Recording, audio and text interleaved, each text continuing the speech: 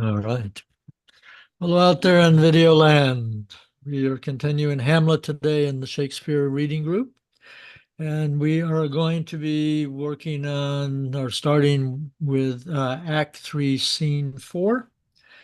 This is the famous scene where Hamlet confronts his mother Gertrude in her room with Polonius hiding behind the curtain, which turns out to be a really bad idea on Polonius's part.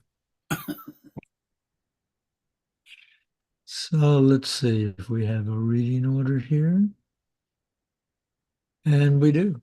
Okay, so we'll do it our usual thing. We will read until the reader thinks that that is sufficient, and we need to stop and make sure that we're understanding the basic thing going on.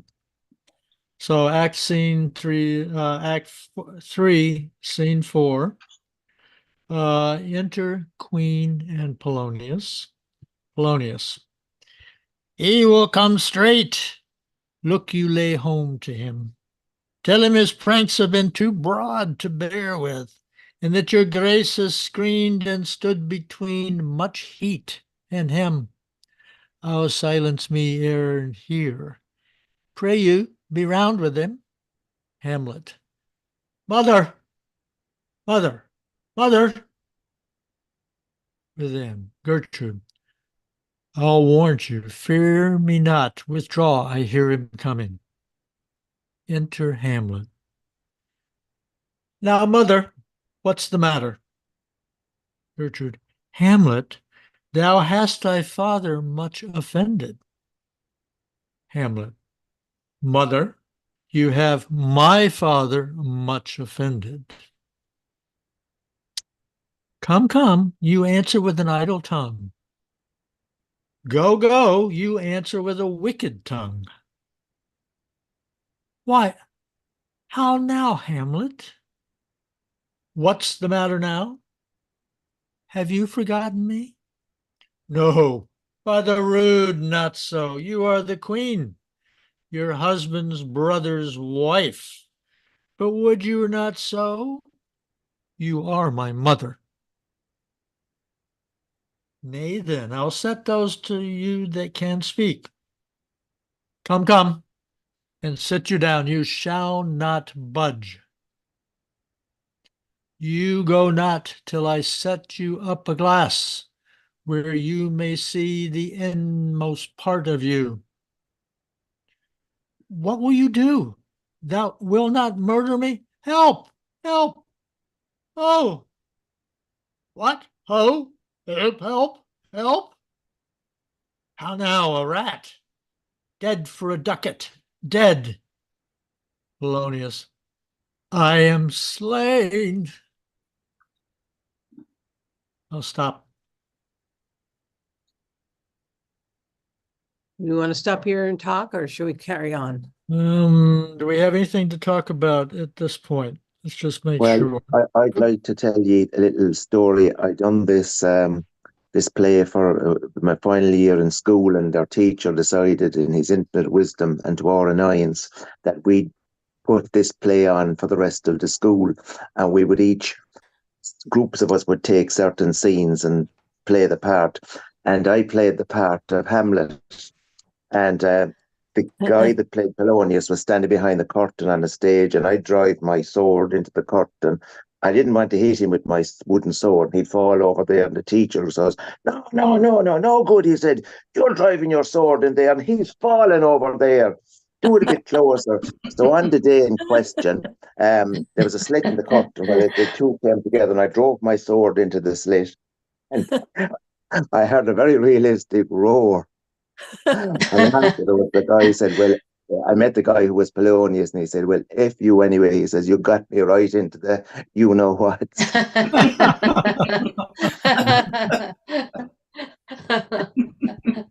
Completely unintentional, of course. Of course. There we go. All right. Well done, Jim. A blast from the past. Blast from the past. Yeah, that's a good one. That's a good one. The part Well, that hopefully really, hopefully he has recovered, Duncan. I believe he has.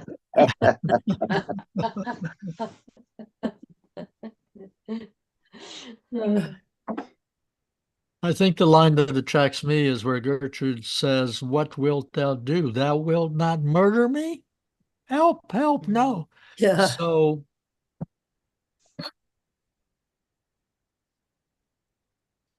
that really, is she saying that because she thinks Hamlet is acting so wacky, or is she actually feeling guilty?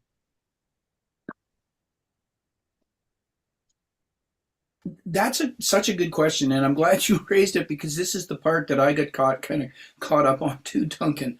It's a complete non sequitur. He says, "I'm going to set up a glass to kind of show you yourself," and she's going, "What? You're going to murder me?"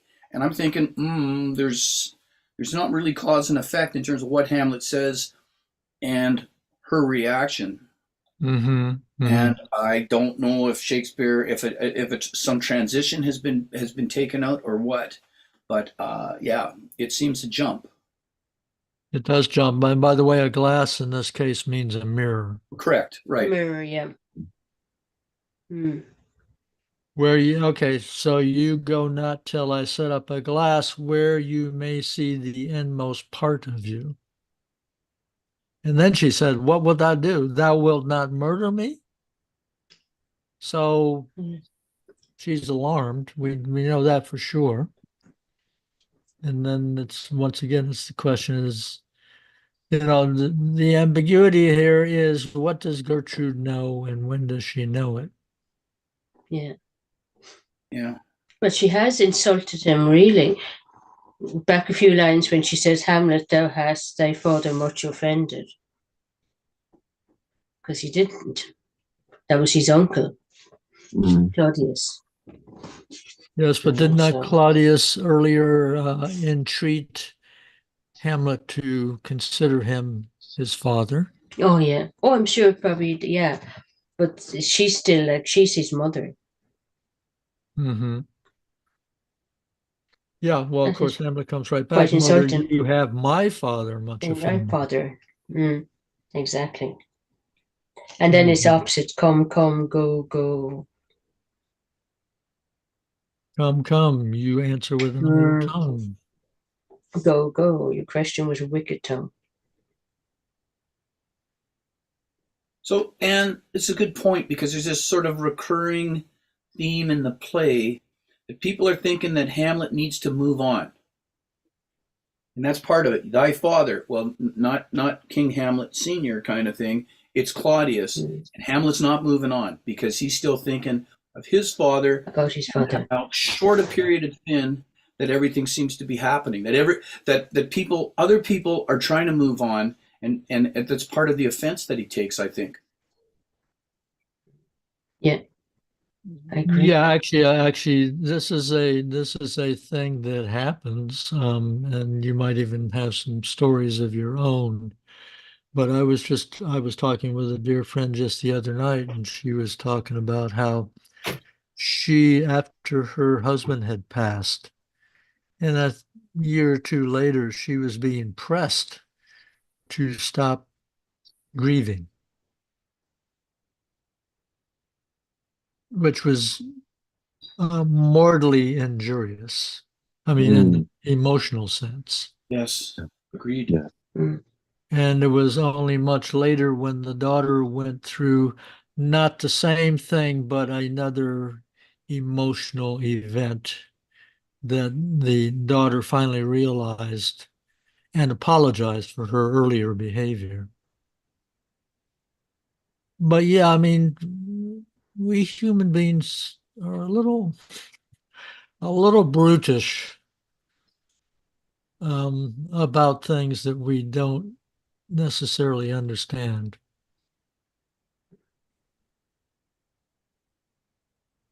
So, yeah. And then I think it's funny, but just below that, Hamlet says, "What's the matter now?" And the Queen says, "Have you forgotten me?" You know, we always throw that line out when we're losing the battle. You know, you don't love me anymore. Have you forgotten me? Mm-hmm.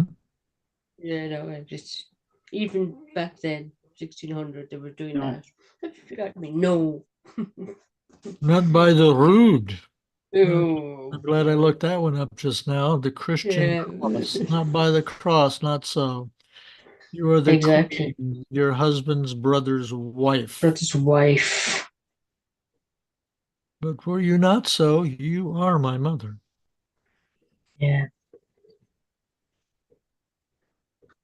Okay, then he sits her down. He's gonna show her the thing, but she freaks out.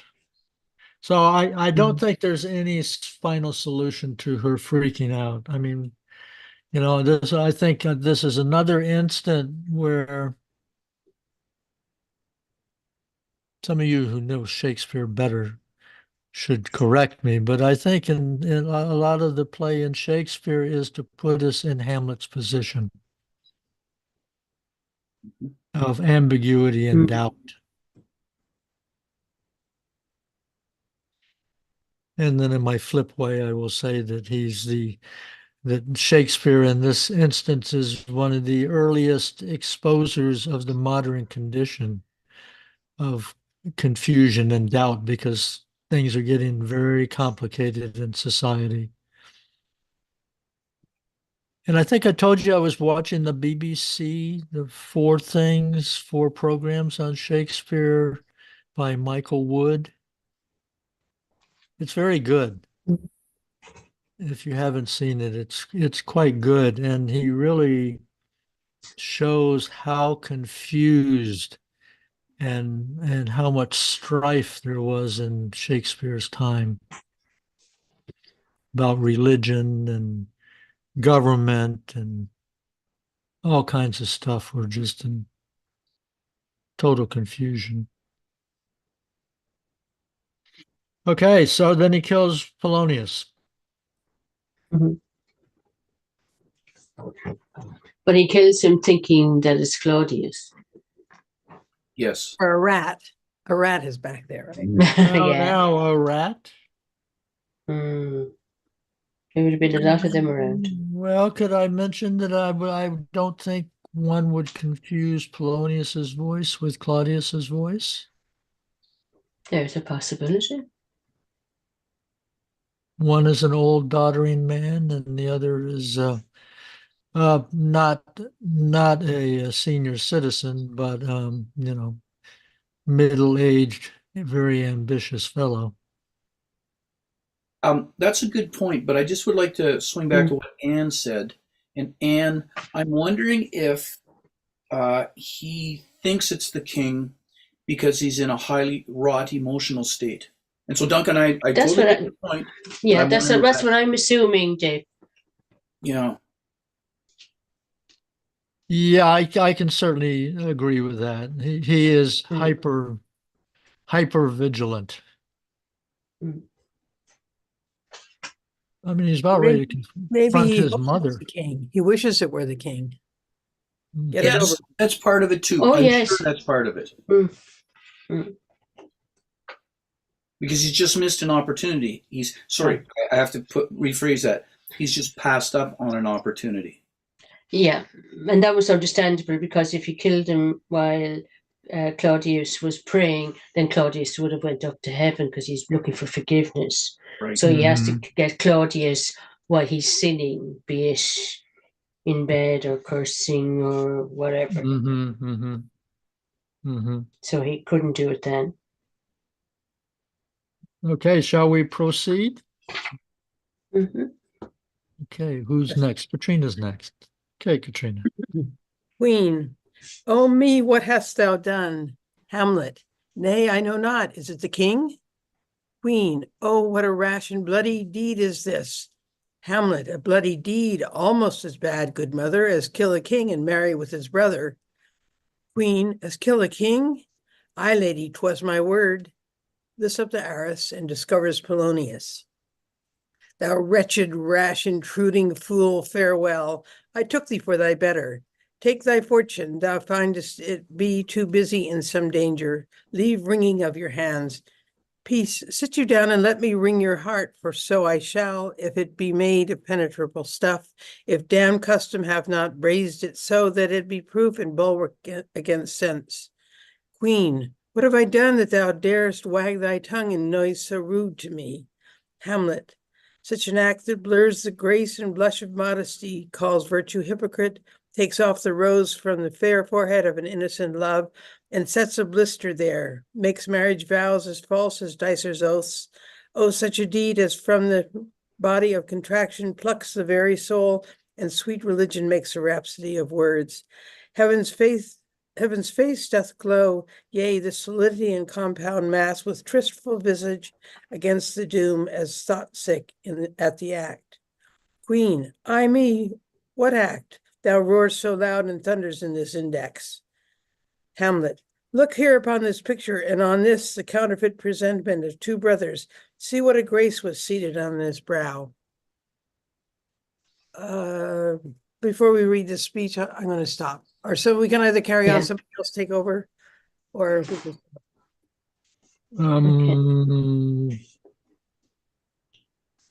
We've got a fair bit to work on here, but we can do it Yeah. either way.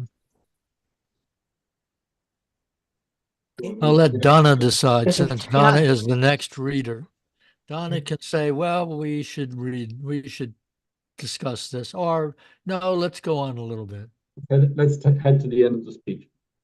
Okay. Maybe even as far as the ghost. Hyperion's curls, the front of Jove himself, an eye like Mars, to threaten and command. A station like the herald Mercury, new lighted on a heaven-kissing hill. A combination and a form indeed, where every god did seem to set his seal, to give the world assurance of a man. This was your husband. Look you now what follows. Here is your husband, like a mildewed ear blasting his wholesome brother. Have you eyes? Could you on this fair mountain leave to feed and batten on this moor? Ah, have you eyes? You cannot call it love, for at your age, the heyday in the blood is tame. It's humble and waits upon the judgment. And what judgment would step from this to this? Sense, sure you have. Else could you not have motion. But sure that sense is apoplexed, for madness would not err. Nor sense to ecstasy was ne'er so thralled, but it reserved some quantity of choice to serve in such a difference. What devil was it that thus had cozened you at hoodman blind?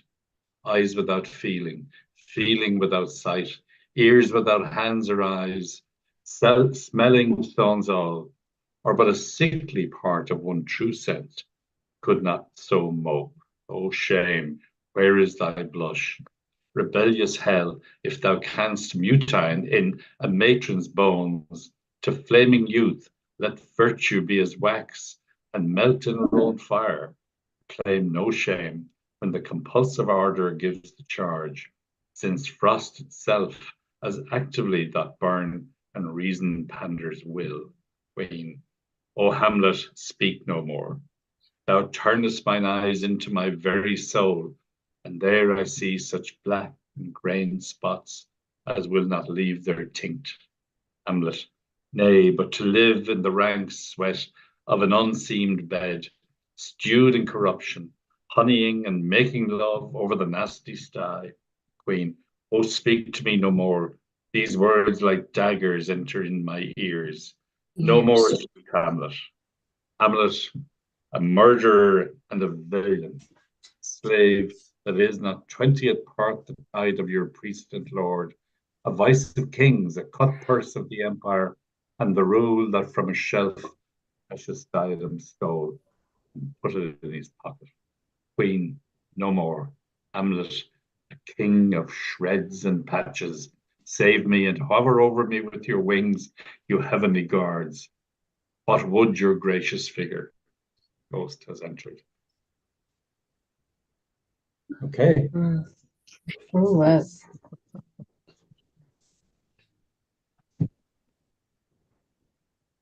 I'm probably too modern for saying that, here he kills Polonius and now it's like Polonius going. is just kind of,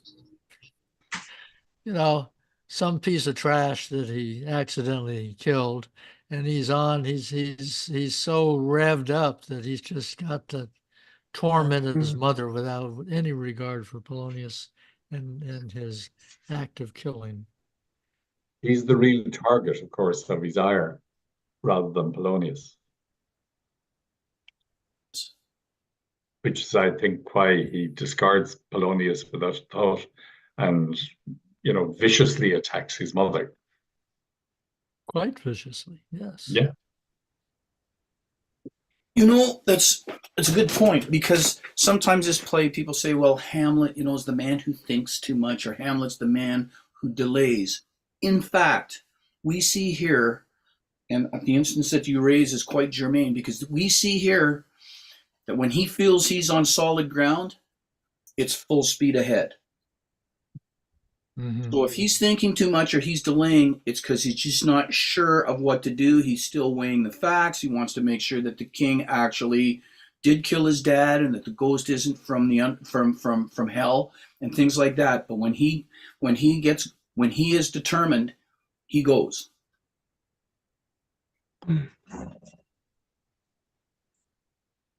Yeah. And he does actually explain to the queen why he is like this, but it obviously because in the moment there's so much passion there that it's lost. Like he says, a bloody deed, almost as bad, good mother, as kill a king and marry with his brother. So basically he's after telling her why he is so angry and everything, but it's all lost in the moment because of the passion that's there. It's really good. It's good to. And he doesn't care about Polonius there anyway, does he? The No. wretched, No, rash, not at all. shooting fool. Polonius is not even an afterthought. He drags him out at the end of the scene. It's a lot dear. of the guts out. Doesn't he say something like that? I took thee for a day better, which is obviously he thought it was the king. Yeah. Take thy fortune. Okay.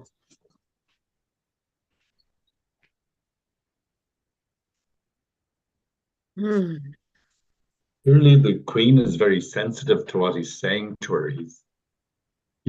She keeps interjecting and saying, please, no more, and take this. He really has turned a mirror upon her soul, and he's inward looking, and clearly, I would say, is racked with guilt. So, yeah, in a sense, we don't know what her background is in that. Well, did she really fall for Claudius, or was it something that she rushed into? Having been recently bereaved. So it's a bit hard. I think Hamlet has been very hard on her, even though he has good cause. But nonetheless, he's been giving her hell for quite some time now. Over our last couple of weeks, anyway. Right, and this does not necessarily mean that Hamlet thinks that he's showing her the blackness in her soul. Yeah. But her reaction, unfortunately, no, it's not unfortunate. I'll just, as a straight fact, her reaction does not mean that he is probing her sin. Her reaction could simply be that she is being attacked by her son brutally. Oh yeah. And Hamlet tells her to stop wringing her hands and just sit down. Leave wringing of your hands, peace. Sit you down. Right. Well, she's wringing her hands because he just killed Polonius. Yeah. And she knows, I mean, from once again, from her point of view, I mean, her son is mad. He's acting like a lunatic. But he's certainly not normal, that's for sure. He's certainly not normal. And once again, I'll repeat, this does not mean that what he's saying to her is wringing her soul in the way that he thinks it. it's happening. Yeah. She could be this emotional and this upset even if she was innocent. Yeah. Yes, Yeah. and she does. And She does. probably more so if she was innocent, because then she doesn't She doesn't know have any what's the idea matter with why. him. Yeah, She has no idea. right. And she does and say, it's a question mark. Okay, because Hamlet says, as kill a king and marry with his brother. And the queen, it's a question. As kill a king? So my sense there is, unless she's putting on an act, is she wasn't party to that. Mhm. Yeah. Mm-hmm. Now, the other thing too, I would say, is so I first encountered this play when I was 17. And my sense of Hamlet's speech at 17 was far different than how I feel about it 50 years later. So he's telling her what her husband was like, Hyperion to a satyr, that kind of thing. Sets a blister there, makes marriage vows, falses, dithers, oaths. And at 17, I'm going, yeah, like, that's right, Hamlet, you're right. Well, it's 66. The world's a little more complicated than that. And you have no idea what kind of husband your father was to her. He might have been a great dad to you, but he could have been a dud as a husband. You Yes. don't. But I A didn't know wonderful that at father, 17. but not the same husband. Sorry, say that again. He could have been a wonderful father, but that doesn't mean that he was a wonderful husband. Yes, King absolutely. Hamlet. Absolutely. But my 17-year-old self wouldn't have clued in to that. But Right. Well, it's Oh, God, 17. yeah. I mean, the world is confusing, but many parts of it are black and white. correct. And that's the whole thing here. I mean, he's hitting the rhetorical heights. And I mean, this is amazing rhetoric on the part of Shakespeare. But basically, it's in the service of a guy who really sees the world as black and white. And there are so many more shades of gray than this young man is aware of. You're referring to Hamlet, of course, right? Yes. Mm-hmm. Yeah, well, that's the interesting thing, that the complexity of Hamlet, as I see it at this point, is sometimes Hamlet does understand the complexity, Right. and he really wants to see things as black and white because, then he can act. But he's unable to sustain his certitudes, which I think is why he acts so violently. Right. I think so too. Yes.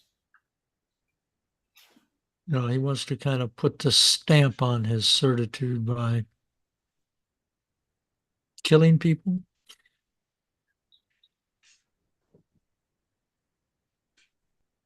But to pick up on Dave's point, isn't Hamlet's reaction the reaction of youth?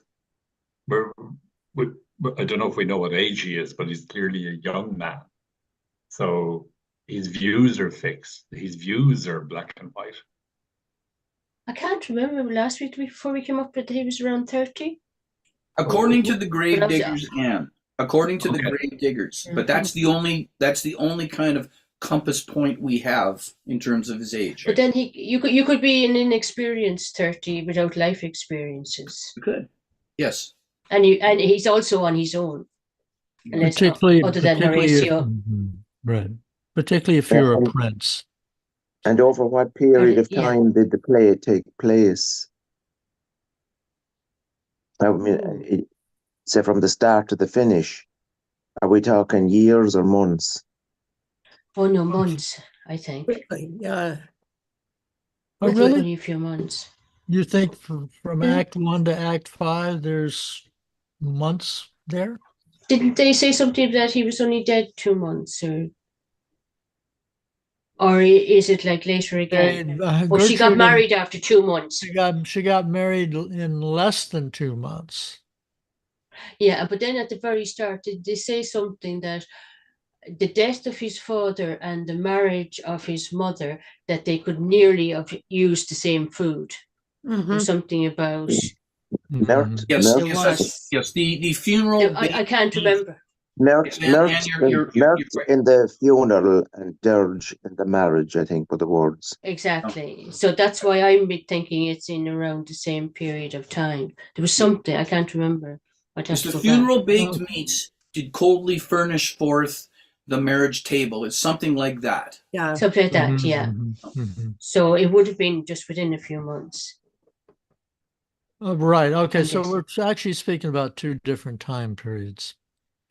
Mhm. You're speaking about from the death of Claudius until the final scene. And my tendency is to think about it in terms of when the ghost appeared until thus in glorious end time slaughter happened, which I think happens in a very short period of time.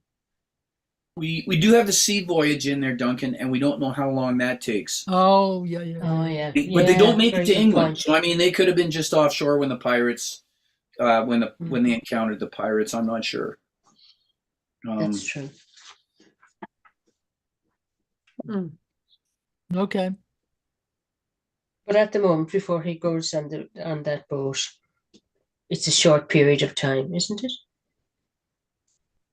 No? That's been my assumption. Right. So he sees the ghost. He's got to put some things together. Then he's got to construct a play. When the players come, he's got to set up people coming. So there are some days in there, I suspect, but how many I don't know. Yeah. Yeah. It's a Well, good and question. my thing was my assumption has been that when the players appeared, that he seized the opportunity, and all that went down very quickly. Okay. You know, and because I think that's the way that those players would work. Mhm. By the way, I got a Yeah. little bit of clarity on what that was about. That actually the adult players were the ones wandering the countryside, trying to find work in the country castles, because Ben Jonson and the boy actors were all the rage in London itself. And the adult actors couldn't get much work. Hmm. So that's why they were wandering the countryside, out in the burbs, suburban areas, if you will, because there they could get work. They could still be appreciated. Sounds a little weird, doesn't it, Katrina? Mhm. But it's an actual Yeah. historical fact that Ben Okay. Jonson brought in these troops of young boys, and they became the high on the Nielsen ratings at the time. But this, And Originally, it was the young boys that played the female parts. yeah, well, this was young boys playing all the parts. Yeah. Okay. but we're talking about Hamlet's time, not Shakespeare's time, right? When the play was performed. Well, yeah, I understand. I think I understand your question, but nevertheless, my understanding is that he wrote these scenes of the king's players roaming the countryside, Okay. because that was what was actually going on in his life at that time. Okay. Once again, it could probably go a number of different ways. That's just my current understanding of it. That was brought up in that Michael Wood documentary. It's a fun documentary. I think they run not quite an hour for the four parts to it. And that's BBC? That's You said- BBC. Yeah, just put BBC Michael Wood Shakespeare, and you'll get there. And there's four different ones. And I think it's good background material. And Michael Wood's pretty entertaining.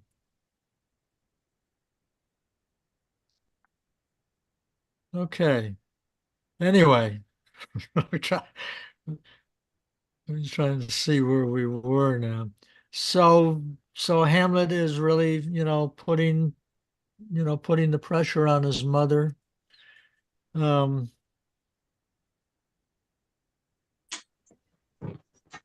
and we had that ambiguity of whether we don't know what she's actually guilty of, other than she did marry Claudius. But as we talked about last time, this may have been necessary to keep the affairs of state together. It may have been a necessary act on her part.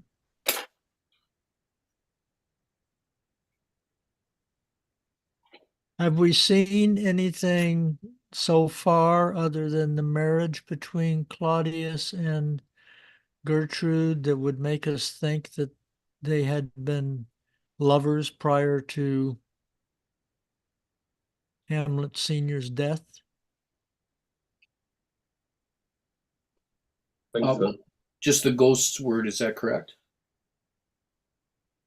Does the ghost say it? Yes, I think he does. You keep talking, I'll find the part. It's when the ghost is talking to Hamlet in the first act. I'll carry on, I'll find it. Okay. Okay. I've Googled to see the length of time this is all going over. Okay. And we believe everything we read on Google. Anyway, it says, you listening, Jim? It says Listening. very interesting. It says a very interesting question there now. Good. The play starts less than 2 months after the king Hamlet died. Hamlet says his father's not quite 2 months dead in the second scene of the play. During the performance of the murder of Gonzago, Ophelia says the late king is twice 2 months dead. So now we're on 4 months. But within a day of this, Hamlet leaves the court to be sent to England, and presumably to his death, which we know didn't happen. So there's another 2 months gone. And there is the problem. We don't know how long Hamlet is away from court. Okay. So a lot happens, but not a whole lot, because obviously he's back in time for, well, Polonius is buried, but then Ophelia goes mad. So how long is she mad? So another 3 months there going on. Anyway, so it's still a very short period of time. It's still obviously less than a year. Okay, thank you, Anne. Yeah. Good question. But it is a very good question. I did find the part in what the ghost says that may indicate this, that Gertrude had been stepping out on him. He says to Hamlet, if you want to find it, it's Act 1, Scene 4. It's line about 42 in my book. 1-5, sorry. Got my Roman numerals wrong here. 1-5, 42.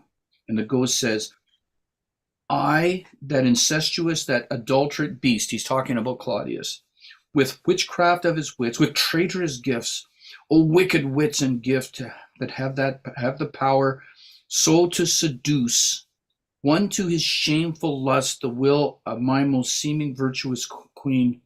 O Hamlet, what a falling off was there from me, whose love was that of dignity, that it went hand in hand even with the vow I made to her in marriage, and to decline upon a wretch whose natural gifts were poor to those of mine. But virtue, as it never will be moved through lewdness, though lewdness courted in the shape of heaven, so lust, though to a radiant angel linked, will sate itself in a celestial bed and prey on garbage. So Prey on garbage. Woo. exactly correct. So we've got a ghost who's pretty unhappy here with his wife, but once again, he, it's funny because he couches it in terms of, it was like, I was an awesome husband. It was, I kept my vow, right? From me, whose love was that of dignity, that went hand in hand, even with the vow I made to her in marriage. Well, I'm just kind of thinking that's maybe not the way to a girl's heart. You know?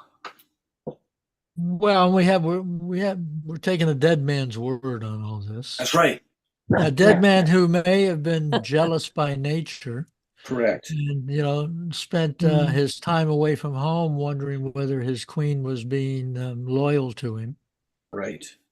And to us the advantage of hindsight at this stage. Yeah. Yes. Good point. Can ghosts go back to the past with Ghosts clear can do vision? anything.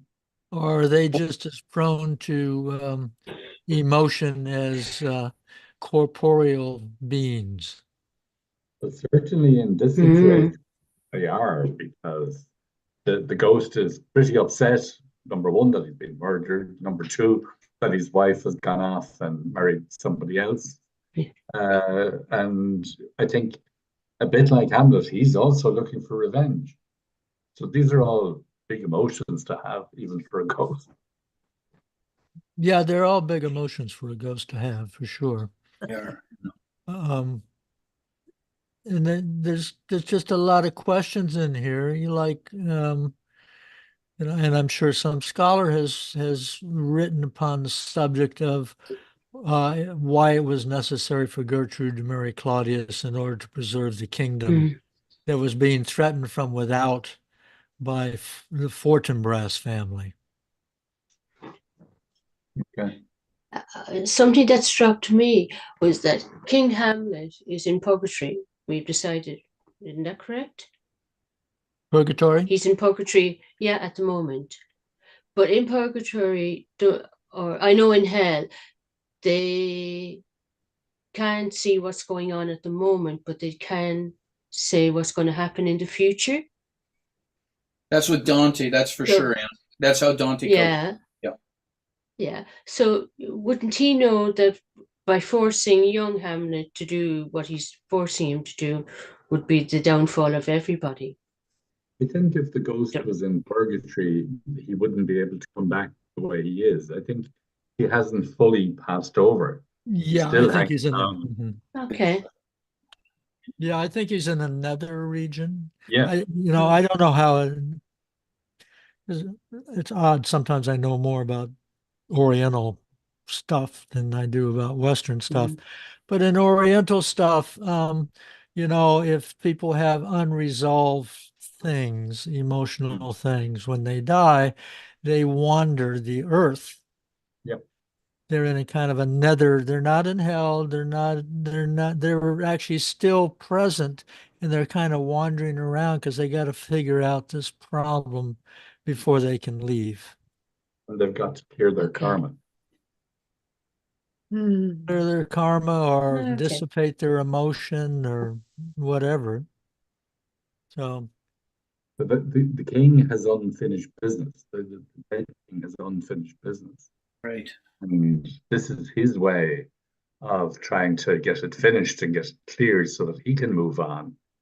But maybe we're looking a little bit too deeply in, I didn't hear the last part, Donna. Sorry, I'm just saying, I wonder, are we looking a little too deeply into it, by trying we to could be. ascribe emotions to the ghost? That's what we're here for. What else would you be doing on a Friday night? Exactly. Well, You could be outside in the rain here in Dublin. Yeah, we could be I've out been playing told- football. I've been told that ever you encounter a ghost, you should tell the ghost to go to the light. And the ghost has made a conscious choice not to go to the light and has remained on earth for some reason of their own. Now, I don't think that's exactly part of Catholic theology. No, I think that's teaching of Interesting. poltergeist, Jim. To go to the light. I think if you see a spirit of a dead person, you're to tell it, go to the light, John, or whatever the person's name is, Hamlet. I'll remember that. That's useful. What the ghost says about his situation, again in Act 1, Scene 5, is this. I am thy father's spirit. doomed for a certain time to walk the night, and for the day confined to fast and fires, till the foul crimes done in my days of nature are burnt and purged away. Yeah. So this, like, you could argue that he's in purgatory, but at the same time, you could argue that he's not. And I'm thinking that probably, and I'm thinking of Dante's Mountain, but you don't get released from purgatory to go back to the world and tell somebody to go kill somebody else. That's true. That is You not know, part of the deal. but he does talk about being purged here Yes. in the speech too. So we're kind of getting it both ways, I think. Well, and I will I don't insist think the that word that purge. is. Sorry, yeah, go ahead. I was just going to say, I don't think the word purged has anything to do with purgatory in this situation. Yeah, maybe. Good point. Okay. Yeah, I think it's the dissipating of a strong emotion Okay. that has to happen before the spirit can be released from the earthly realm and move on into, totally into the spiritual realm. If you Needless, compare, sorry, yeah. No, I was just going to say, Duncan, if you compare it to the play that I know better, which is Macbeth, Banquo is a ghost. Right. He's being a living person up to a point in the play where he's murdered, and then he essentially comes back to haunt Macbeth. Who Macbeth is the only one that can see him, even though he's sitting at the table, and he's shouting at Banquo, saying, "Why dost thou shake thy gory locks at me?" And clearly he's covered in blood. This is his image as the ghost. So he hasn't moved on either. He has unfinished business, the same as the king has. So they have things to purge, but they don't get as far as purging their sin in purgatory, in my view. But then we're assuming that these places exist. Right. And actually in both of these cases, the question, as modern people, the question must be asked, is this in Hamlet's head? Yeah. Now we do know the soldiers saw something. We know Horatio saw something. But did they see what Hamlet saw, or was Hamlet just on such edge that all it took was a little odd thing to happen for him to spin out into this web of fantasy? I think you're right in that, Duncan, because clearly modern interpretation has more to do, I think, with hallucination and imaginings rather than actual ghosts or stuff. So with this sort of highly wrought emotional state, Hamlet could be just imagining a ghost or imagining other things happening about him. Because clearly, even though he's acting mad, he's probably getting there as well. Yeah, but Francesco and Bernardo were the first ones to see the ghost. Yes. And they would have no knowledge of what happened. But the murder. They could be imaginings of Hamlet as well, though, Jim. We are in a period of time where people imagined all kinds of things. Yeah. I mean, ghosts were kind of everyday occurrences. And once again, we are not going to arrive at a totally satisfactory conclusion. But once again, this is the the modernism of Shakespeare. Yeah. And I think that this is related to Shakespeare's. Here, I'm really spinning out of control here, so pull me back to earth whenever. But Shakespeare lived in an incredibly unstable period of time. And his family's fortunes fell horribly. And his family was persecuted by Queen Bess's spies for being Catholic. And so in these conflicts between the Protestants and the Catholics, there was all sorts of other stuff mixed up in there. So I didn't know Shakespeare was a Catholic. Yeah. Actually, I his was doing. mother's family was very, they were stoutwards in their neighborhood for harboring priest and keeping the old, what was the term? The old faith. The old faith alive. Mm. Yeah.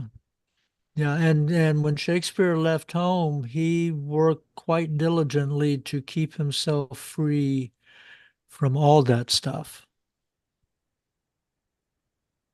He literally, as I understand it, he literally, instead of going out and carousing with everybody else in the evenings, he was back in his room writing new plays.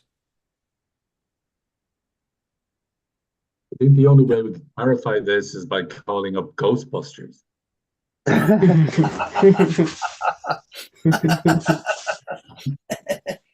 Yep. Sorry for being facetious. No, Oh, the that's quite all right. Remember, Ghostbusters. I live in America, and we have we've had people seen all kinds of things now.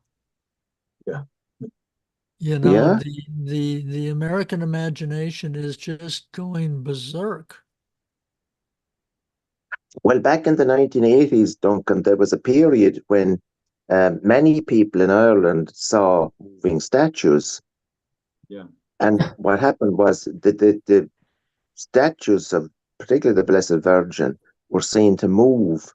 Now, there was one here locally in Limerick, in Garryowen, and the statue was moving allegedly. And I went along with everybody else, and I stared, and I stared, and I stared, and the statue wouldn't move from me. But there were people, now I was a young person at the time, but there were middle-aged people who would have been devout Catholics. This was now at a time before, shall we say, the dark side of the church was revealed. And they were absolutely certain the statue was moving. Yeah. Or they could see a vision. And an elderly man said to me, yes, he said, I can see the face of Our Lady on the chest of the statue. And the statue was Our Lady. But there was, I remember reading somewhere that this guy came up with a theory. At the time, there was a lot of bad summers, and there may have been a blight in the potato called ergo. And they reckoned that might have led to the hallucinations, potato being the favourite of the Irish, of course. And around the same time in Salem, Massachusetts, there was also a series of bad summers, and they may have had the same blight in their potato, and which could have led to the Salem witch trials. Yep. Being told, Jim, that any self-respecting actor in Limerick, of all places, wouldn't be standing still. He'll be running to get out of the place. No, come on. Is that a typical dub expression now, Donna? Not at all. I'm from Tipperary. That's just because we beat you in the match. That explains it. That explains it. I see. There's a little competition between Tipperary and Limerick going on here. You got that one. Yeah. Yeah, with Limerick being the upper dog in this instance. Oh, for the last 5 years, unfortunately. But we won't go. We won't Mm. Okay. Well, I think that we have cast enough ambiguity into this that we should go on, and I personally think that having these discussions is very, very important, so we don't get trapped into a simplistic version of the story. Mm, But before we move absolutely. on, and here Yes, Dave. I'm mopping up, I think, as you put it.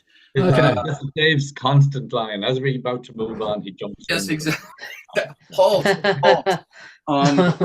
So if we look at Hamlet's speech starting at 55 in this book, look here upon this picture and on this counterfeit presentiment of two brothers. Okay, so he refers, I mean, the insult, the invective here is awesome. Like if you don't like somebody and you want to make a list of things to say to them, this is the speech to go to. Because, for instance, here is your husband, like a mildewed ear. Like, that's pretty good. But then he comes down and says something that, as as an older guy, I find a little offensive because he says to his mother, "You cannot call it love, for at your age the heyday in the blood is tame. It's humble and awaits upon the judgment." Well, maybe when you're a young guy, you think that way. Because I used to tease older workers. I had a summer job in a warehouse, and I used to tease the guys over 40 that as far as their love life went, they were done. And I thought that was quite funny till I hit 40 myself. You know? But again, here's a young guy. Here's a young guy making all kinds of assumptions about older people, perhaps older women, which are not entirely sound. And again, it's just black and white. Sorry, Donna. He wouldn't get away with it today. No, he absolutely wouldn't. There'd be senior citizens picketing in front of his house. Right, but this is a sort of simplistic thing that a hot-blooded young person would say, Correct. and would inevitably go too far. Yes. What to his mother, that's adds weight to it, doesn't it? The fact that He is talking to his mother, and that's that's more unforgivable. Sir, can you say that again, Donna? I said it's more unforgivable that he's saying this to his mother. If he was just saying this about older women generally, you might understand it better. But he's saying this to his mother. I mean, what insults he's throwing at her. He is. Although I don't know how it works on your side of the pond, but here younger people in many cases are decidedly uncomfortable with the thought that their older parents are having sex. Absolutely. Oh yes, that It's called wrinkly sex over here.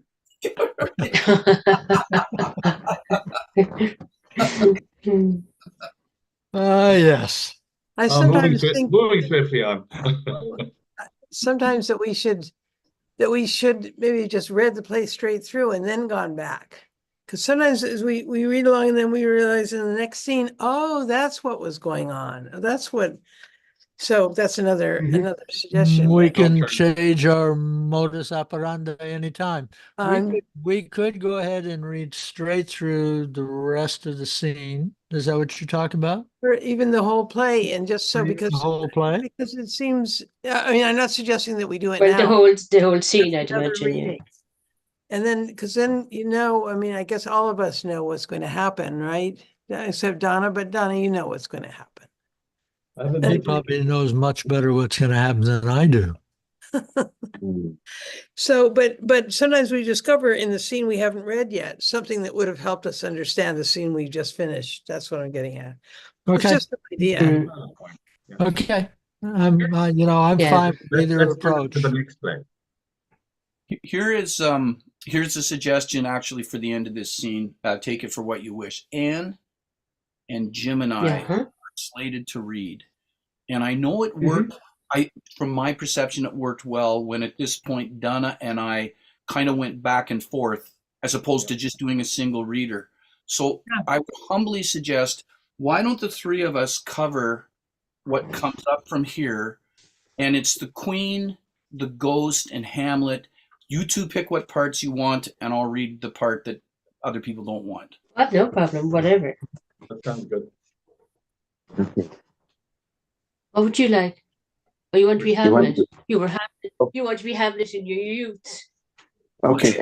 Yes, my, absolutely. my, Yes. my relative youth. There you are. And The recent youth. I may be in trouble for perhaps bringing up gender here, but I think possibly you might be a more believing Never. queen than I would. So I would. I think by You're going default, for Ghost. I'll be the ghost. Go if King that's all Hamlet. right. Okay. Perfect. All right, onward. And starting at what line? Last he's mad. Maybe I look here upon the picture. No, I think we're at a King of Shreds and Patches or somewhere around there. Is that correct, Donna? Queen, alas, It was he's Enter mad. the Ghost. Yeah, but I read the following two lines to bring us down to what would your gracious figure. So Hamlet is addressing the ghost, and the Queen obviously doesn't see the ghost and said, alas, he's mad. Okay. I think you Okay. pick that That's, there. Perfect. Alas, he's mad. Hold on, I've lost. Maybe I've lost the page. No, Okay. alas, he's mad. Go to where You it should says know that enter by ghost. heart, Jim. Huh? Do not You should come know it by heart. That was 50 years ago.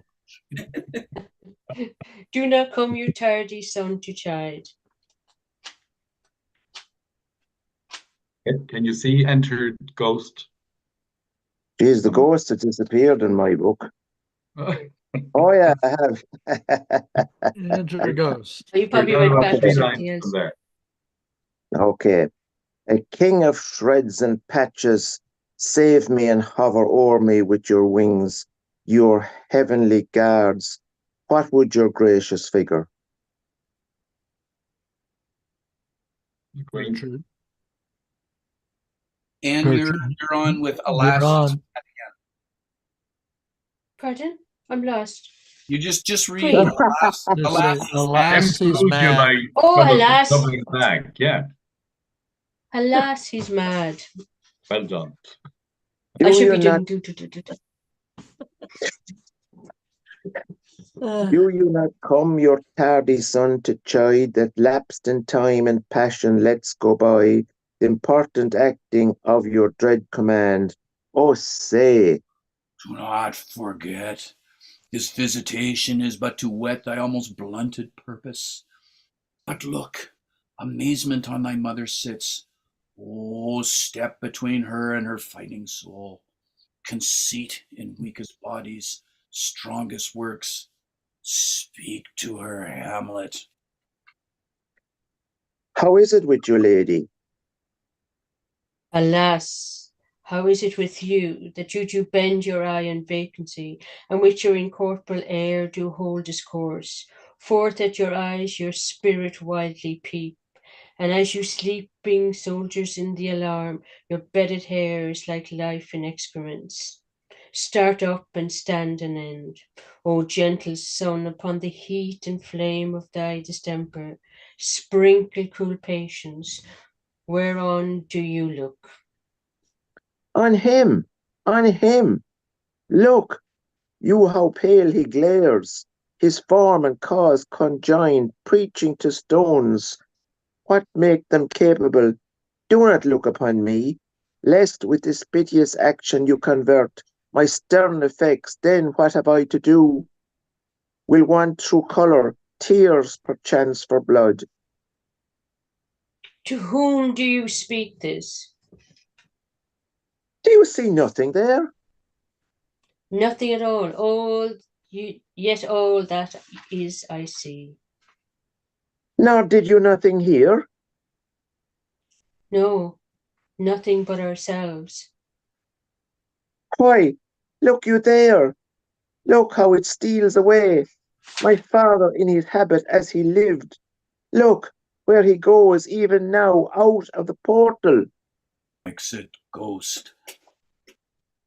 Out for job, Dave. Queen, this is the very coinage of your brain. The bodiless creature ecstasy is very cunning in. Ecstasy? My pulse as yours doth temperately keep time and makes as helpful music. It is not madness that I have uttered. Bring me to the test, and I the matter will reward what madness would gamble from. Mother, for love of grace, lay not that flattering unction to your soul, that not your trespass but my madness speaks. It will but skin and film the ulcerous place, whilst ranks corruption mining all within. Infects unseen. Confess yourself to heaven. Repent what's past. Avoid what is to come. And do not spread that compost on the weeds to make them rancor. Forgive me this virtue, for in the fastness of thy pursy times, virtue itself of voice must pardon beg. Yea, curb and woe for leave to do him good. Oh, Hamlet, thou hast cleft my heart in twain. Oh, throw away the worser part of it, and live the purer with the other half.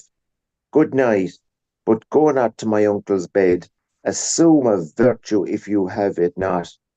That monster custom who all sense doth eat, of habits evil, is angel yet in this, that to the use of actions fair and good, he likewise gives a frock or livery that aptly is put on. Refrain tonight, and that shall lend a kind of easiness to the next abstinence, the next more easy, for use almost can change the stamp of nature, and either lodge the devil or throw him out with wondrous potency. Oh, once more good night, and when you are desirous to be blessed, I'll blessing beg of you, for this same Lord I do repent, but heaven had pleased it so, to punish me with this, and this with me, that I must be their scourge and minister. I will bestow him, and will answer well, the debt I gave him. So again, good night. I must be cruel only to be kind. This bad begins and worse remains behind. One word more, good lady. What shall I do?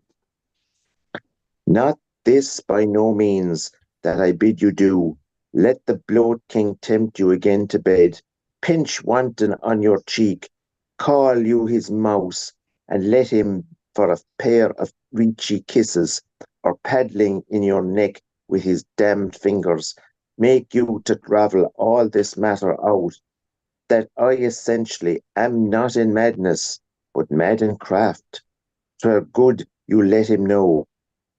For who that but a queen, fair, sober, wise, would from a paddock, from a bat, a gib, such dear concerning hide? Who would do so? No, despite of sense and secrecy, unpeg the basket on the house's top, let the birds fly, and like the famous ape, to try conclusions in the basket creep, and break your own neck down. Be thou assured, if words be made of breath and breath of life, I have no life to breathe what thou hast said to me. I must to England, you know that. Alack, I had forgotten to so concluded on. There's letters sealed, and my two schoolfellows, whom I would trust as I will adders fanged, they bear the mandate, they must sweep my way, and marshal me to knavery. Let it work, for 'tis the sport to have the engineer hoist with his own petard, and 'twill go hard. But I shall delve 1 yard below their mines, and blow them at the moon. Oh, 'tis most sweet, when in one line two crafts directly meet. This man shall set me packing. I lug the guts into the neighbour room. Mother, good night, indeed. This counsellor is now most still, most secret, most grave. Who was in life a foolish prating knave? Come, sir, to draw towards an end with you. Good night, mother. Exit Hamlet, writing Polonius. Okay.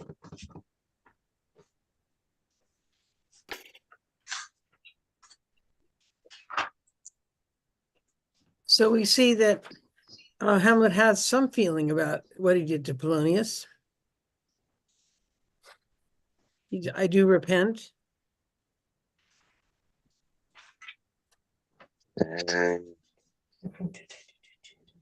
Bad but pleasant, but heaven has pleased it so. You punish me with this and this with me, that I must be their scourge and minister. I will bestow him and will answer well the death I gave him.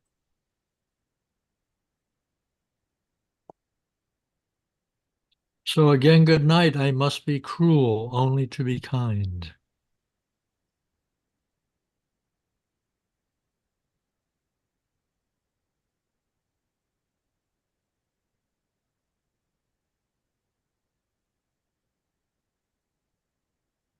I'm amazed at the difference in the text in your book, James, and the one that I'm reading. Really? There's a lot. You have a lot more lines in your book. I have the Royal Shakespeare Company edition or a Yeah. clue book, but there's a lot difference. A lot of I difference. get Yeah. I drama, can't. drama for schools. Okay. Hmm.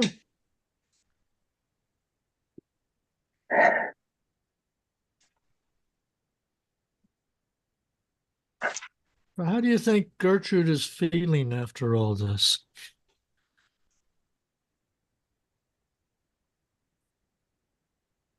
What comes to my mind is that's what young people uh, cringing at the thought of older people having sex. Here he is telling his mother not to go and have sex with this fella. And you know, Jim, she's very careful not to promise that. She Hmm. does promise that she won't tell the king that, you know, Hamlet's not mad and so forth, but she carefully sidesteps that.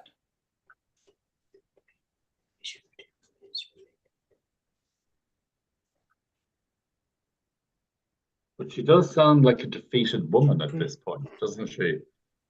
Because of all the hurt she has suffered from her son. Hmm. You know, And as well, she says there, be thou assured, if words be made of breath and breath of life, I have no life to breathe, what thou hast said to me. She's been under a constant barrage from Hamlet for the last mm, couple of days. and as well, the ghost doesn't manifest himself to the queen, only to Hamlet. So she thinks he's probably mad. Yeah, it's more confusing. Yes, and he's just killed Mhm. a guy too, Jim, Yeah. Yeah. in front of her.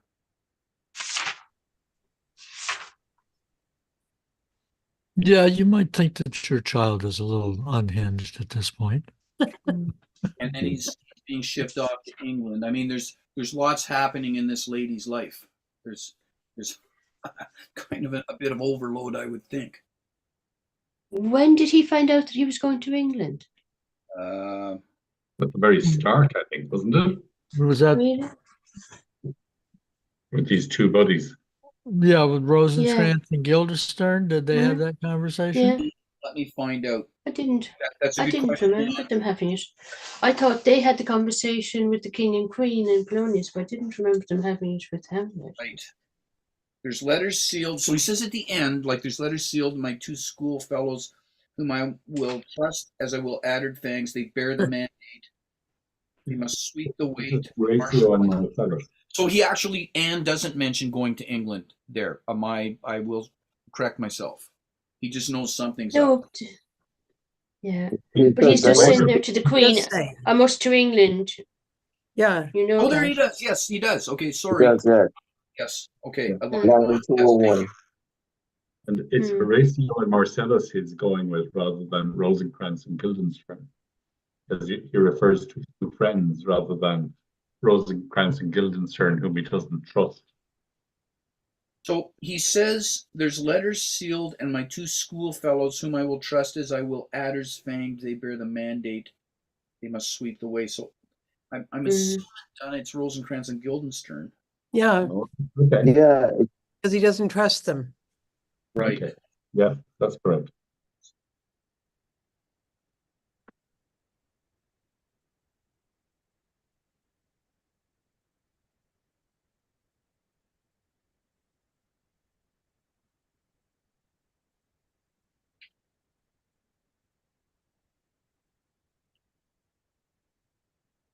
Mm.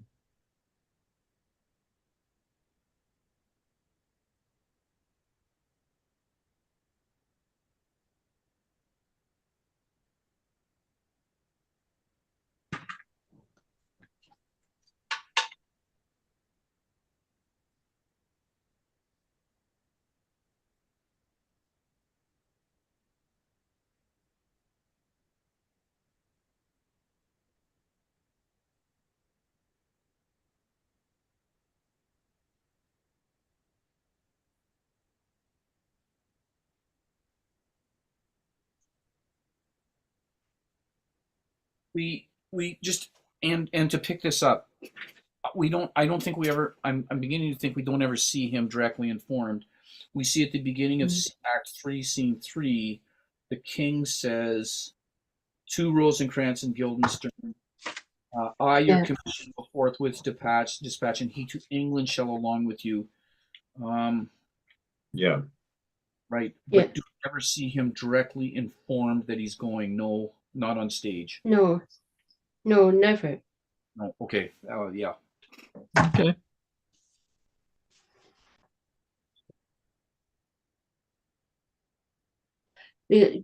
Yeah, because when he's talking to Rodenstein and Guildenstern or whatever, they're asking him what's the matter with him, Right.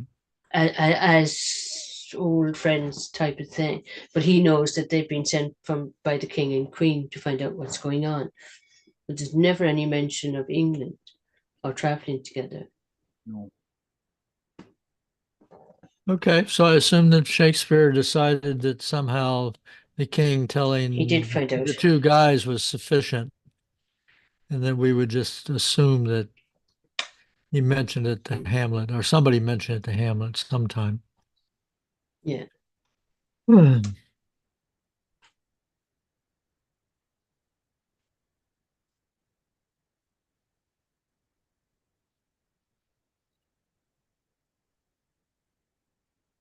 You know, we are almost at the end of this act. Mhm.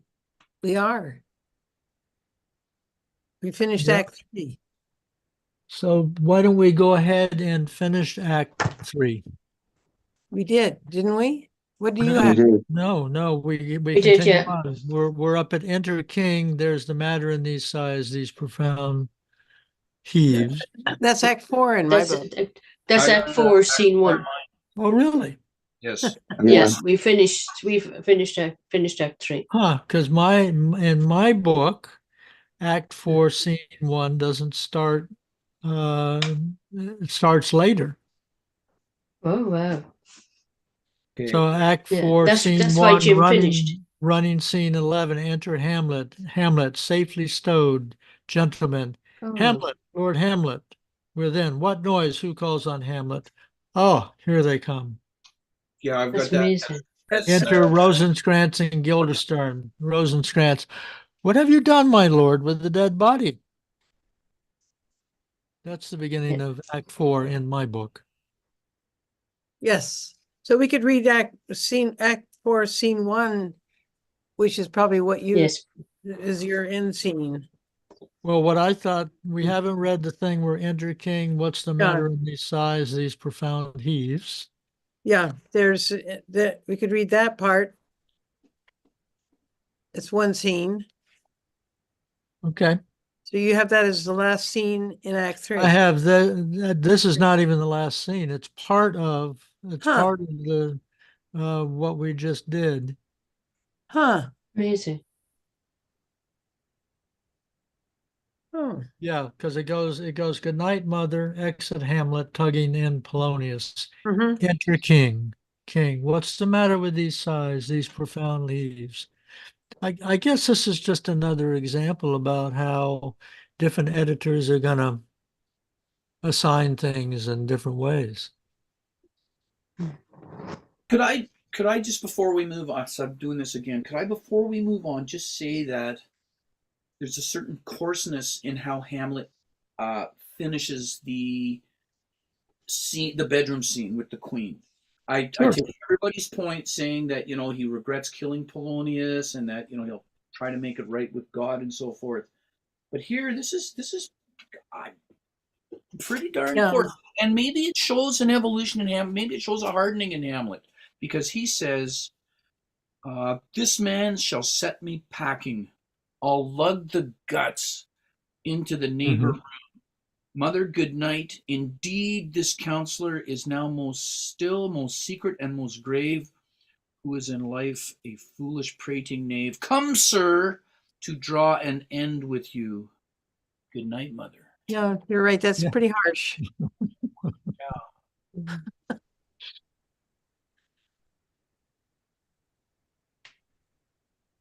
But you know, I mean, I guess it's perhaps inevitable given his experience. I know that people who study wars talk about how morality, you know, which is sometimes quite high at the beginning of the war, just war, as the war goes on. As the war goes on, we become Doesn't- barbarians.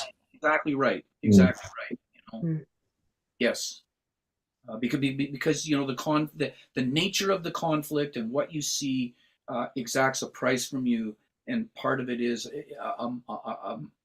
a moral coarsening, and maybe Yeah, that's well, I think the World War One is the perfect example of that. exactly. I mean, everybody, all countries, Germany, France, UK, etc., marched off for flag, country, and glory. Right. And we'll be back in a month, Mother. We're going to go over there and kick Mm. their butts, and we'll be back in a month. And then, of course, it was just horrible. And Mm. and I mean to you know kind of expand on that. And so at Second Ypres in April 1915, the Germans used poison gas for the first time against some French colonial troops and Canadians, and there was a hullabaloo and an uproar. And then we Canadians, after the hullabaloo and uproar, were great users of poison gas ourselves. I mean, it was part of our counter artillery action. We put Mhm. poison gas in artillery shells, and we were shelling German batteries. We were outraged that the Germans sent planes, or was it Zeppelins, over London and dropped some bombs towards the end of the war. And they didn't even know there were some pilots shot down if they should even have military funerals because of what they did to cities. And by the end of the Second World War, we were happily leveling entire German cities as opposed to dropping bombs. Right. So Actually, one of the Mm. key weapons and all that was the machine gun and the Gatling gun, yes, which prior to the First World War were only used against, quote, native peoples. They were not to be used against other white people. But the First World War completely knocked that down, and everybody was happily machine gunning each other. correct. Yes. So I think just you know to draw us back to the play, I think this is what's happening to Hamlet here. You know, the conflict is coarsening him morally as it does. You know, Mm. Hmm. Donna Interesting. Donna has stepped away for a minute, but I mean, I think his play Macbeth, which he's far more familiar with than I am. I mean, that's the whole, sorry, the whole, but that's part of what's happened to Macbeth. Is you know we start with a fairly moral guy, and by the end, you know, he's become uh, almost inured to considering Once you start killing, yes, then you need to feel justified in your killing. yes, You know, they had it coming. They were bad guys. If I didn't do it, someone else would have had to. right, You know, and certainly I think your point is a good one that Hamlet with each step will become coarser and coarser in order I to guess I justify. suppose you become immune to it, don't you? The more you're exposed, the yes. more immune you become. And I wonder if that partially we share that as the audience. I'm sure that as the audience at the end of this scene, we're much more concerned with Hamlet than with Polonius, Mm. right? Because we don't like him. Mm. You know, he's a distasteful character. Does he deserve to be killed like that? Probably not. But by this point in the play, maybe our moral standards have taken a bit of a nosedive too. Mm. Yeah, well, Yeah. this is I cannot resist telling the story of a lawyer in Houston called Racehorse Harris. And Racehorse was a very successful lawyer and got many people off on murder charges. And the way he would do it was he would go into court. He was a very dramatic fellow, and he said, you know, I know that my client killed that fellow, shot him dead. But you know what? The son of a bitch deserved to die. Ugh. That was the defense. and a very successful defense in Houston, Texas for decades. Hmm. Hmm. Your husband agrees. Hmm. What was the Wow. name of that lawyer, Duncan? Just in case. Oh, Oh, I think racehorse has probably gone to the great horse race beyond. Racehorse what? Racehorse Harris. Racehorse Harris. Sounds hilarious. No, I Well, want it to was Google him hilarious for afterwards. everybody. He sounds like an Everybody, interesting character. yeah. Hmm. But anyway,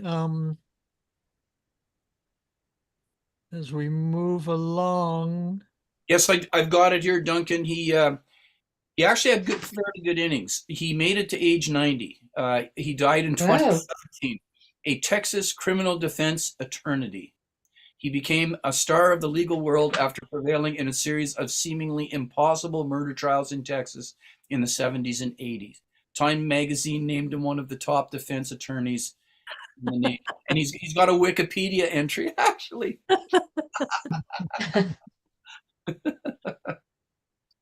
yep.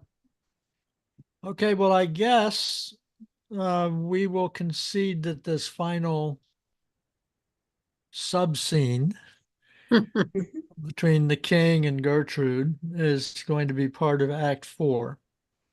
Excellent. And then let's have a discussion about how we want to proceed next time. So Katrina, I'm going to put you on the spot. So how much of Act 4 do you think that should we read all of Act 4 and then go back and start reading in bits and pieces? I don't know. That's a good question. We could try it that way and see how it works, but I'm willing to do it what we're used to. I enjoy this picky stuff. It's fun, and I'm not in any Yeah. rush to finish. Right, but I'm just I thinking- think your point is also a good one. This is what we do in Dante. We read the entire canto And then you Yeah. go back. I in think we Italian and in English, and then we go back and we use the same reading order, and each person reads what they think is a goodly amount. Hmm. And then we stop and we parse it. I think that's a good idea. Act 4 isn't that long.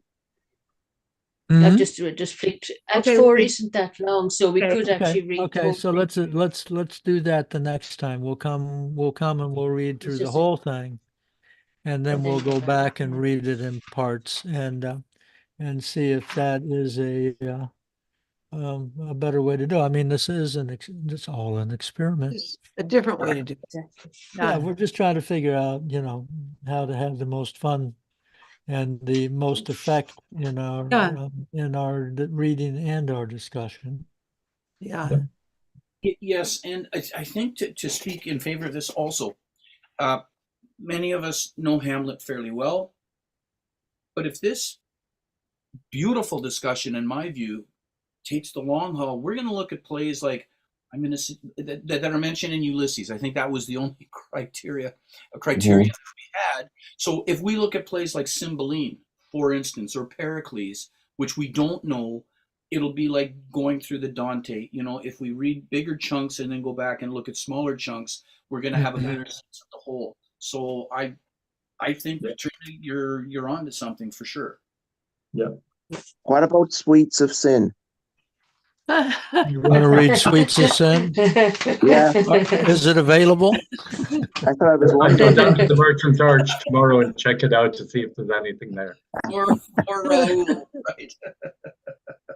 When I first got into this whole thing, the very first Zoom that I set up was actually the House by the Churchyard by Lefanu. Yeah. And we didn't read all of it. We read probably about a third of it. I mean, it's not a great work of art by any means, but it was very valuable to read that third. to get an idea of, what Joyce had in mind when he would incorporate parts of into it. Where was I going with that?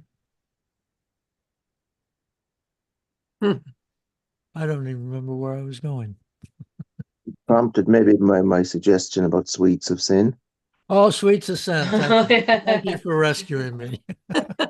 I was out there at the end of the diving board going, what am I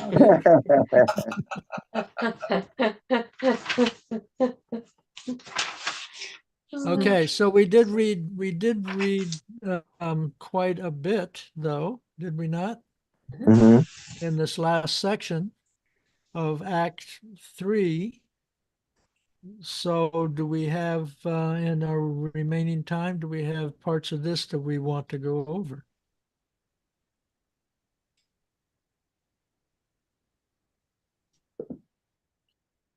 I will go over here, the very first line. The ghost goes out. Gertrude says, "This is the very coinage of your brain. This bodiless creation ecstasy is very cunning in."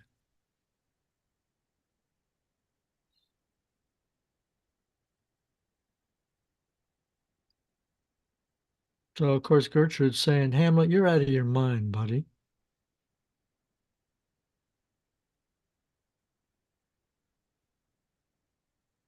And then we did have the discussion about wrinkly sex. I've got to get that out of my mind.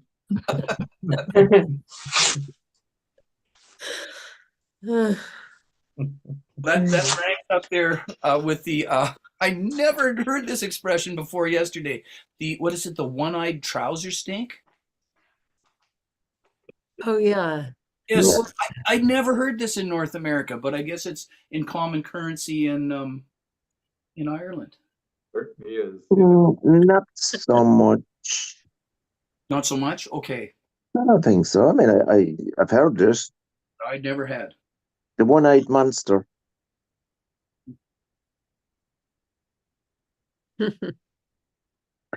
Now, there's a line here towards the end. For 'tis the sport to have the engineer hoist with his own petard.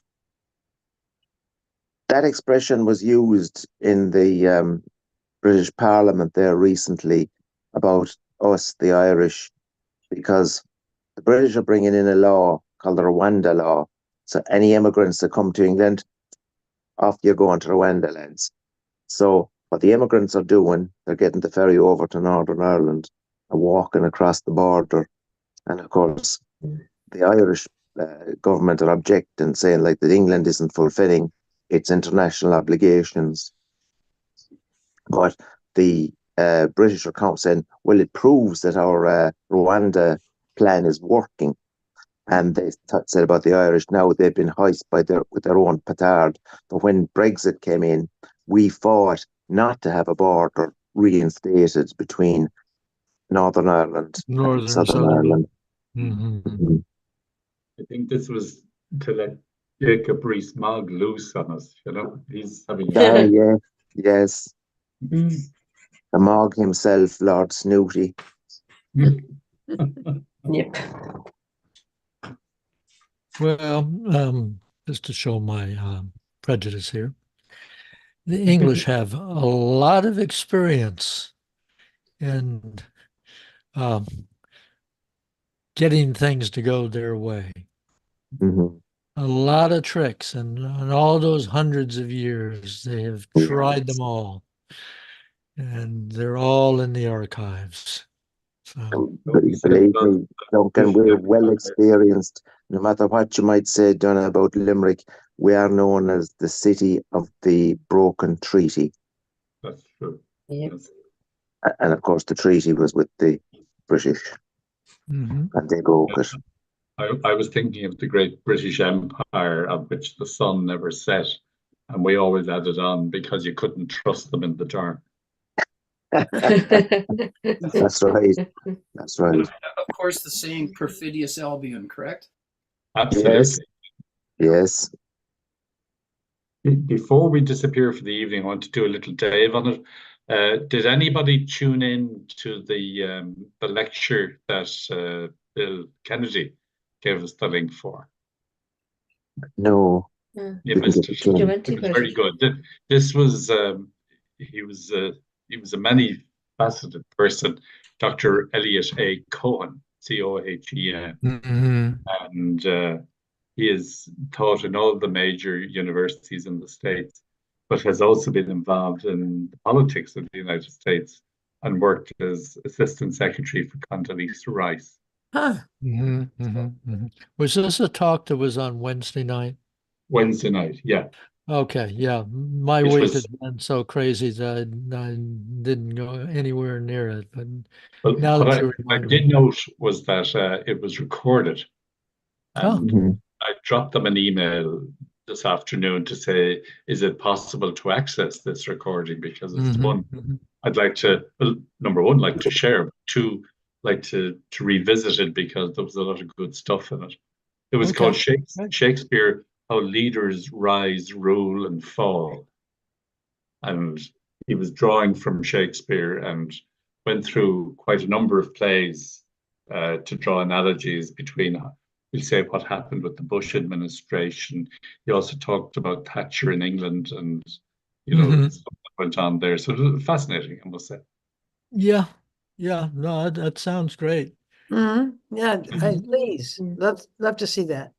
Yeah, if I can get my hands on it, yeah. If not, Yeah. we'll ask Bill the next week when we see him. Yeah. If he can, because Bill was doing the introduction of the speaker.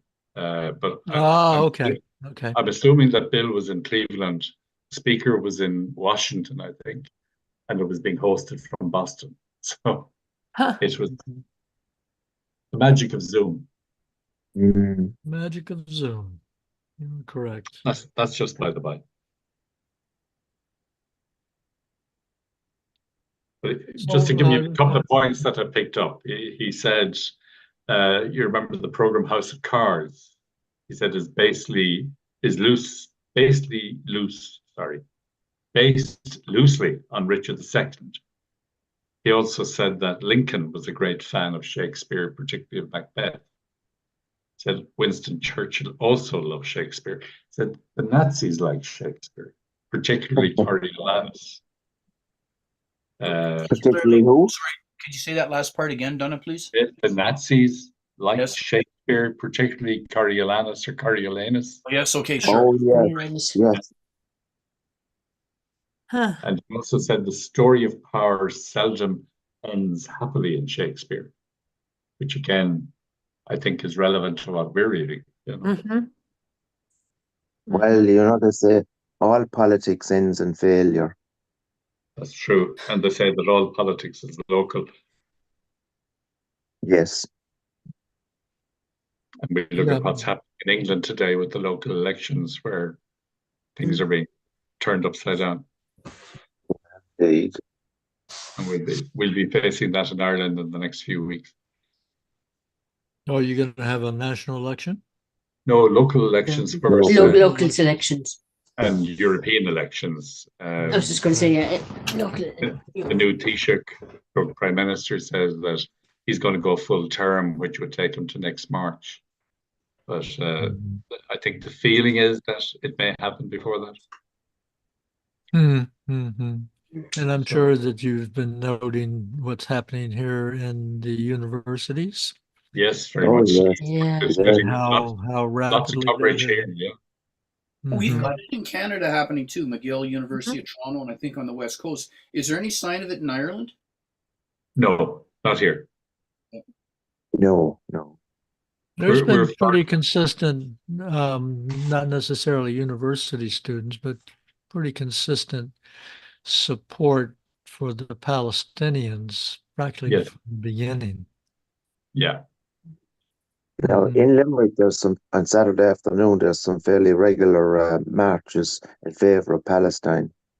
What was interesting in Los Angeles, I thought, UCLA, was that you had pro-Israeli versus pro-Gaza, and that these students were clashing with each other on campus. Yeah. Yeah, that's a disturbing Is development. that coming from the far right, or where is that coming from? You talk about it in Southern California, right? Yeah, yeah, They have framed it as pro-Israeli, given the idea that, some Israeli and Jewish students have been involved in pushing back. yeah. Um, it's a big mess. It's a Mm. big mess, and who knows where this is going to go. You Yeah. know, Will it impact on the when forthcoming election? Mm. um, you Could know, do. although, I mean, I don't think Biden is handling it very well myself, but Mhm. the alternative certainly would not be an appropriate choice. It really is, a difficult situation, and I just kind of go, oh God, I hope this works out somehow. Mhm. Yeah. But this is a big change going on here. When I was a student, actually, I had a Syrian. I lived in a student co-op, and there was a Syrian engineering student who was there, and he would talk to me about Palestine quite a bit. And I couldn't quite understand what he was talking about, and that was like 60, between Yeah. 50 and 60 years ago. And I've learned more since then. Sure. And there's got to be a solution somehow. Yeah. But I don't think we're getting there yet. And I don't know. I just kind Certainly not of while Netanyahu is in charge.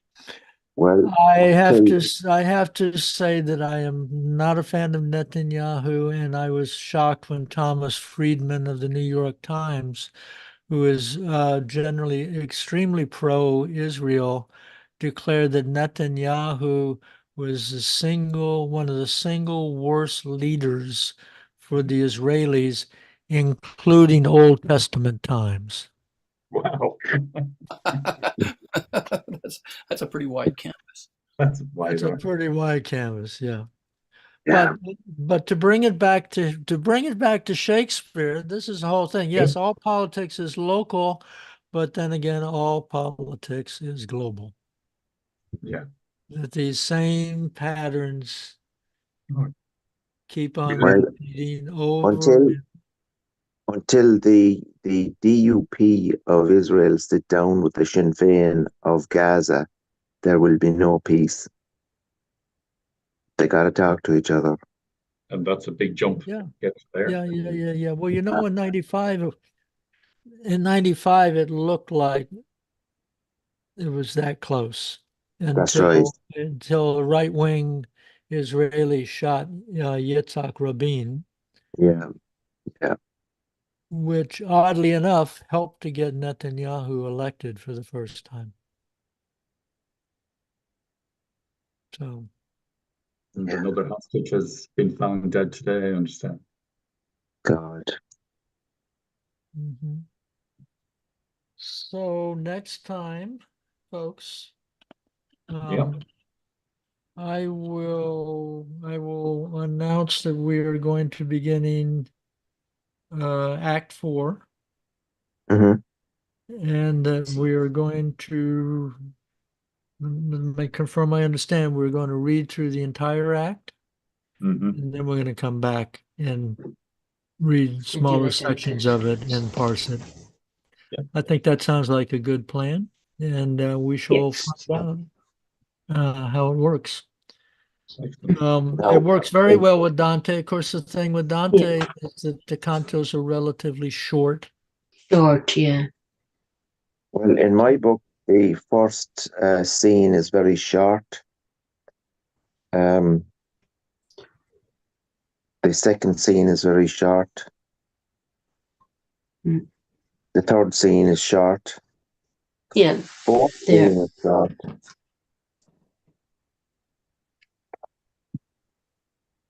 And the fifth scene is, oh, that's the jewel, I think, is it?